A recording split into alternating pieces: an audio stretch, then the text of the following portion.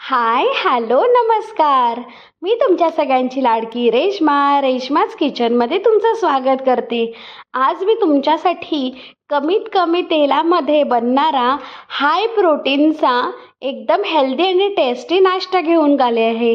तुम्ही डायटिंगवर आहात का? किंवा मुलांना सकाळी टिफिनमध्ये काय देऊ हा प्रश्न पडतो का? चला तर मग ही रेसिपी बघूया. कमीत कमी साहित्यांमध्ये हाय प्रोटीन नाश्ता आज मी बनवणार आहे. याच्यासाठी मी अद्रक, लसूण, मिरची, जिरा, हिंग, हळद, मीठ हे साहित्य घेतलं आहे.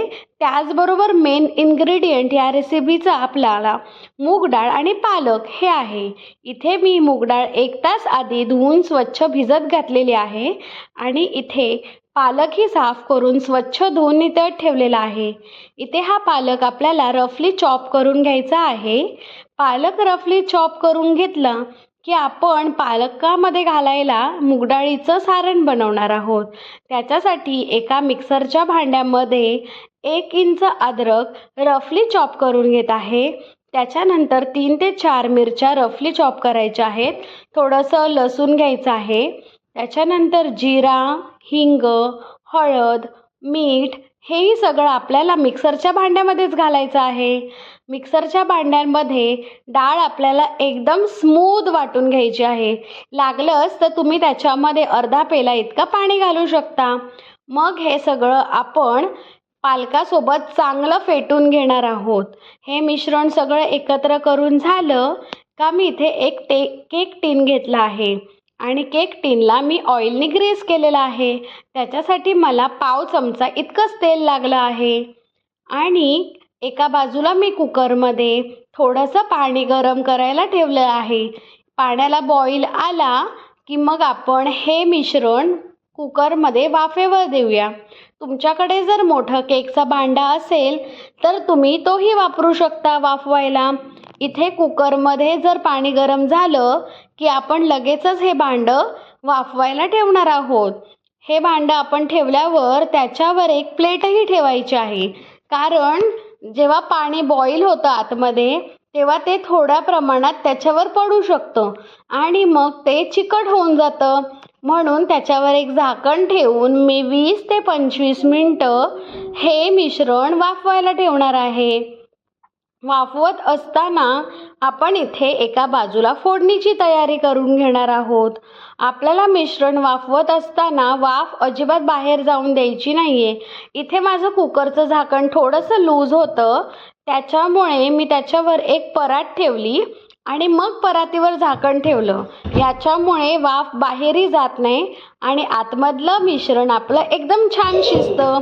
आता हे आपलं शिजलंय की नाही पालकचा नाश्ता हे चेक करण्यासाठी मी इथे एक काट्या चमचा घेतलेला आहे. तुम्ही बघू शकता प्लेटवर कसं पाणी आलंय. जर प्लेट नसती आपण ठेवली तर ते सगळं पाणी आतमध्ये गेलं असतं. काट्या चमच्याने आपण ते चेक करणार आहोत की शिजलंय की नाही. जर मिश्रण शिजलं असेल तर ते आपल्या चमच्याला चिटकत नाही. इथे माझं मिश्रण शिजलं नव्हतं म्हणून मी अजून 10 मिनटं हे मिश्रण वाफेवर ठेवणार आहे. इथे टोटल मला 40 मिनटं इतका वेळ लागलेला आहे. तुमच्या गॅसच्या फ्लेमवर किंवा तुम्ही किती सामान घेतलंय याच्यावर हा वेळ ठरतो. आता 10 मिनिटानंतर पुन्हा एकदा मी चेक करून घेणार आहे. जर शिजलं असेल तर ते आपल्याला काट्या चमच्याला किंवा आपण ज्या चेक करतोय त्याला चिकटणार नाही. यावेळी मी चेक करण्यासाठी सुरी घेतलेली आहे.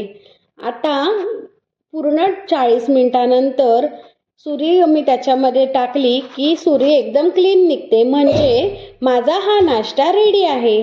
तुम्ही असाच हा नाश्ता सर्व करू शकता की शॅलो फ्राय करू शकता. आता आपण हे भांडं एका बाजूला काढून 15 ते 20 मिनटं असंच ठेवून देणार आहोत. आपण याचे लगेच काप करायचे नाहीत, नाहीतर ते भांड्यातून सुटताना थोडा वेळ जातो. 15 ते 20 मिनिटानंतर हे थंड झालं की आपला नाश्ता आपोआप भांडं सोडून देतो आणि त्याचे काप करून बाहेर काढायला सोपं जातं. म्हणून लगेच काढल्या त्याचे काप करायचे नाहीत, थोडा वेळ घ्यायचा. आता तुम्ही याचे तुमच्या आवडीनुसार छोटे मोठे तुकडे करून घेऊ शकता. मी इथे मीडियम साईजचे तुकडे करून घेणार आहे. आणि मग आपण एका कालत्याच्या साहाय्याने हे तुकडे बाहेर काढणार आहोत. तुम्हाला मी हे तुकडे काढून बाहेर दाखवणार आहे. बघा किती सॉफ्ट झालाय हा नाश्ता. तुम्ही याला पालक मुगडाळचा ढोकळा असंही म्हणू शकता किंवा त्याला तुम्ही काय नाव द्याल ते मला नक्की कमेंट करून सांगा. आता मी एका बाजूला फ्राय पॅन गरम करून घेणार आहे आणि त्याच्यामध्ये थोडीशी राई, जीरा, कढीपत्ता घालून फोडणी तयार करणार आहे आणि त्याच्यामध्ये हा नाश्ता शॅलो फ्राय करून घेणार आहे आणि मग आपण हा नाश्ता सर्व करूया. मी इथे टोमॅटो केचपसोबत सर्व केलं आहे. तुम्हाला जर आवडत असेल तर तुम्ही ग्रीन चटणीसोबतही सर्व करू शकता. तुम्हाला ही रेसिपी कशी वाटली ती नक्की कमेंट करून सांगा. तुम्हाला माझ्या चॅनलवर अजून कोणत्या रेसिपी बघायला आवडतील तेही कमेंट करून सांगा. माझ्या फेसबुक पेज रेश्माज किचनलाही फॉलो करा आणि यूट्यूब चॅनल रेश्माज होम किचनला लाईक, शेअर, सबस्क्राईब करा. Thank you so much.